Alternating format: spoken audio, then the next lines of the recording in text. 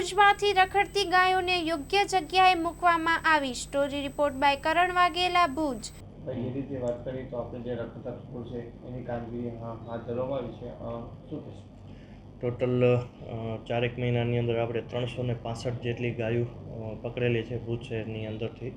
એની અંદર એક સ્વેચ્છાએ હરીશચંદ્રસિંહ જાડેજા કરીને આગળ આવ્યા હતા અને બિદડા જે ગૌશાળા છે એની અંદર એમને કીધેલું હતું કે ભાઈ તમે આની અંદર ખાલી માત્ર આંખલા મોકલાવો તો આંખલા અમે સ્વીકારવા તૈયાર છીએ, જે આંખલાનો ખર્ચો છે એ તમામ અમે આપવા તૈયાર છીએ।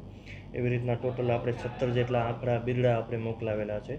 છેલ્લા 2 દિવસની અંદર કહું તો ટોટલ 45 થી 50 આપણે નાની મોટી ગાયો છે, નાના મોટા વાછડાઓ છે, આંકલાઓ છે, એ બધા પકડી અને આપણે ભુજ નગરપાલિકા, ત્યારબાદ ગૌસેવા સમિતિ ભુજ અને અખિલ ગૌશાળા પાંજરાપોળ કચ્છ યુવક સંઘ ત્રણેય સંસ્થા ભેગી મળી અને ટોટલ 45 થી 50 જેટલા આપણે નાના મોટા આંખલાઓ ગાયું અને આપણે અલગ અલગ જે વિસ્તારોમાં જે વાછડાઓ અને ગાયું ફરે છે તેને પકડી અને પાંજરાપોળ મોકલેલ છે।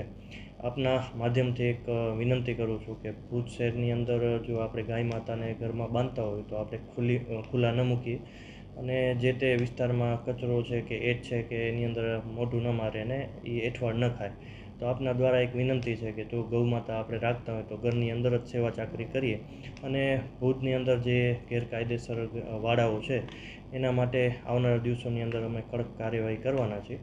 ઓનલાઈન આપણે જાહેરાત આપેલી છે, છાપામાં પ્રેસ નોટ પણ આપેલી છે, છાપામાં પણ આપેલું છે, પણ હવે અતિ અગત્યના આકરા પગલાં ભરવા પડે એવું દેખાઈ આવે છે। તો આવનારા દિવસોની અંદર અમે આ પગલાં ભરીશું।